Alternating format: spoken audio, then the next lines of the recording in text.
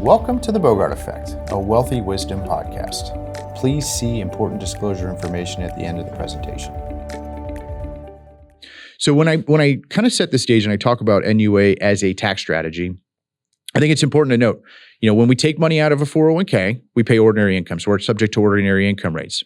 When we take money out for NUA, we pay ordinary income on the cost basis. So what we bought those shares for, to then move them out over into a non-qualified account to then be able to sell them at capital gains rates. So really the benefit here is the difference between ordinary income rates and long-term capital gains rates.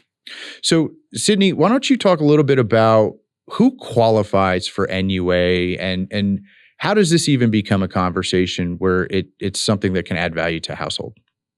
Sure, absolutely. So you mentioned a great point about those low cost basis shares being the most advantageous when it comes to NUA. So who would benefit the most from the NUA conversation and it as a tax planning item for their household is somebody who does have a decent amount of employer stock within their pre-tax 401k plan, specifically those employees that have maybe been buying shares or company match can be part of it as well.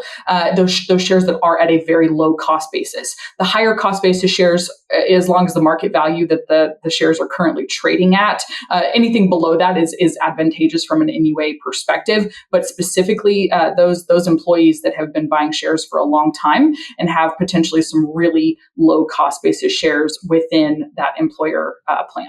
Yeah, and just to kind of put some numbers to this, we work a lot with companies, with employees of companies that have employer stock in their 401k. But let's say, for example, you have shares in your 401k that were bought for $15 per share, and the stock is now trading for $105. Well, that means that we have a pretty significant amount of capital appreciation, $90 worth per share of capital appreciation on each of those shares.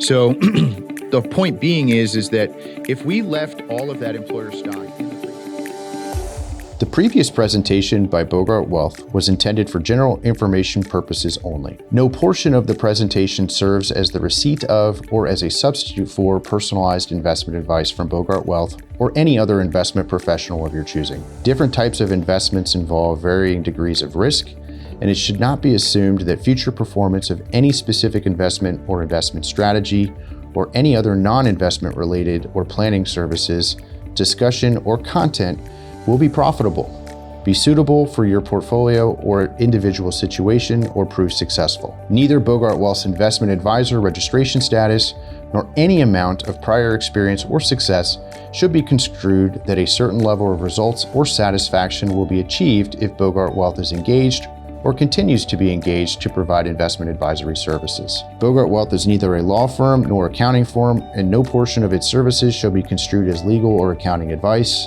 No portion of the podcast content should be construed by a client or prospective client as a guarantee that he or she will experience a certain level of results if Bogart Wealth is engaged or continues to be engaged to provide investment advisory services. Copies of Bogart Wealth's current written disclosure brochure and Form CRS discussing our advisory services and fees are available upon request or at www.bogartwealth.com.